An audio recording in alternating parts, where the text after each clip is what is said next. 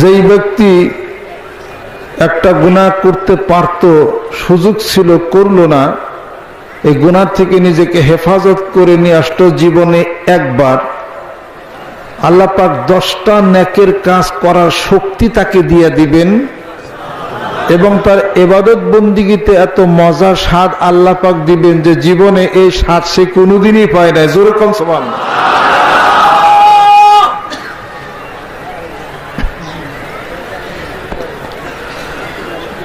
আর এমন মানুষ যদি পৃথিবীর বুকে থাকে যে তার নফসকে জীবনে একবার ফিরিয়ে আনতে পারলো, তার জন্য আল্লাহ পাক মাওয়া নামক জান্নাত দিয়ে দেন।